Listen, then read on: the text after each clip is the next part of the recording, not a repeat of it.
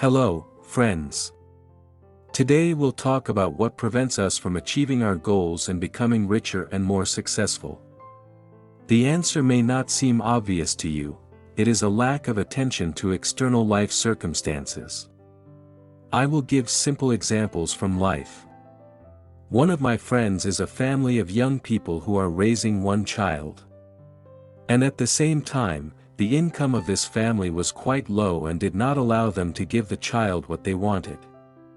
They talk about their problems something like this: we want to give the child the best of everything, the best clothes, the best food, the best toys, clubs, the best education. But, unfortunately, we cannot always afford it. Parents offer us help, but we refuse, because it is somehow embarrassing, and here, friends, I ask them a specific question: what is your true goal? Answer: for the child to have well-being and the necessary education. Then, perhaps, it is worth forgetting about your pride and learn to gratefully accept external help from grandparents.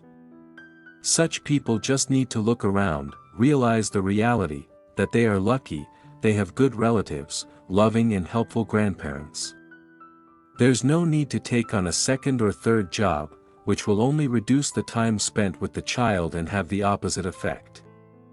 For well-being, it is worth learning to forgive insults, learn to accept help from others, people close to you. Grandmothers and grandfathers also need this. They feel the need to provide material assistance. It will be pleasant for them. Never refuse money or help from your parents. Refusal only upsets and offends them. And you, instead of gratitude, refuse, explaining everything with pride and stupid excuses in the spirit: I'd rather earn it myself than accept someone's help. The goal is one, the well-being of the child, so maybe you should be more attentive to the opportunities and resources that you have from the beginning.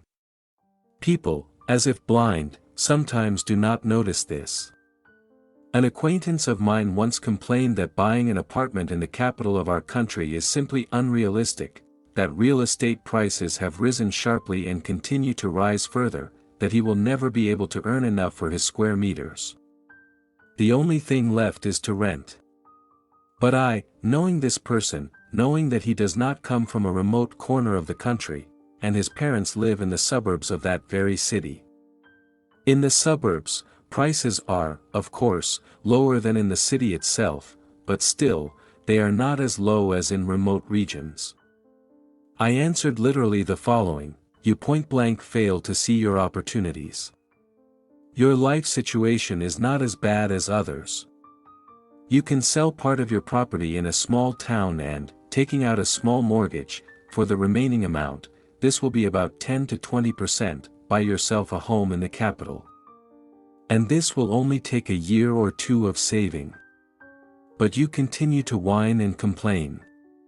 We sometimes do not see the objective opportunities that we have. Missing out on the chances that life itself gives us, we voluntarily prefer to whine, complain, rather than act. Money is not the only part of your capital. I would even say that it is the worst part of capital. Knowledge, skills, abilities can be easily converted into money, if desired. For example, I once had to attend an international scientific conference, the registration for which required me to pay a hefty registration fee.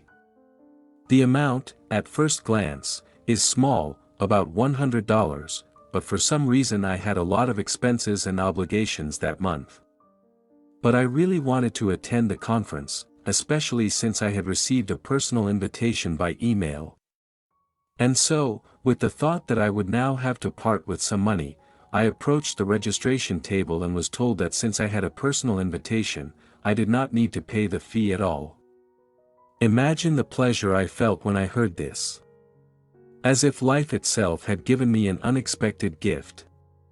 It would seem such a trifle, but the money I managed to save will go to another important cause. You never know where you can save. Sometimes, in the most unexpected life situation, circumstances that would replace even an impressive sum of money fall out of your field of vision. Poor people sometimes do not realize that they are literally walking on gold, but at the same time, they complain that they don't have any spare cash right now. You just have to look around, figure out where opportunities might be, and seize them. And this isn't always expressed in cash, in monetary terms. Often, it's connections, image, useful contacts, close relatives, talents that we have but, for some reason, don't use.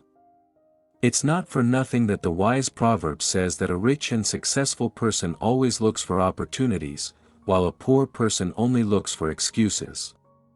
You have to be incredibly attentive to detail to avoid missing out on the opportunities life presents. And this is inevitable. Life regularly throws hundreds and thousands of chances at each person, which most simply fail to recognize in the midst of routine events. They can't separate the wheat from the chaff.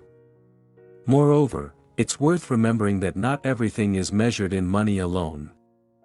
Love, family, and genuine relationships can't be bought for any amount of money.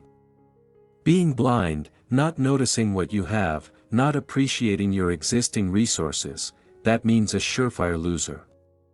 Remember this. Thank you for your attention. I hope this was helpful and well motivated. Goodbye. Until next time.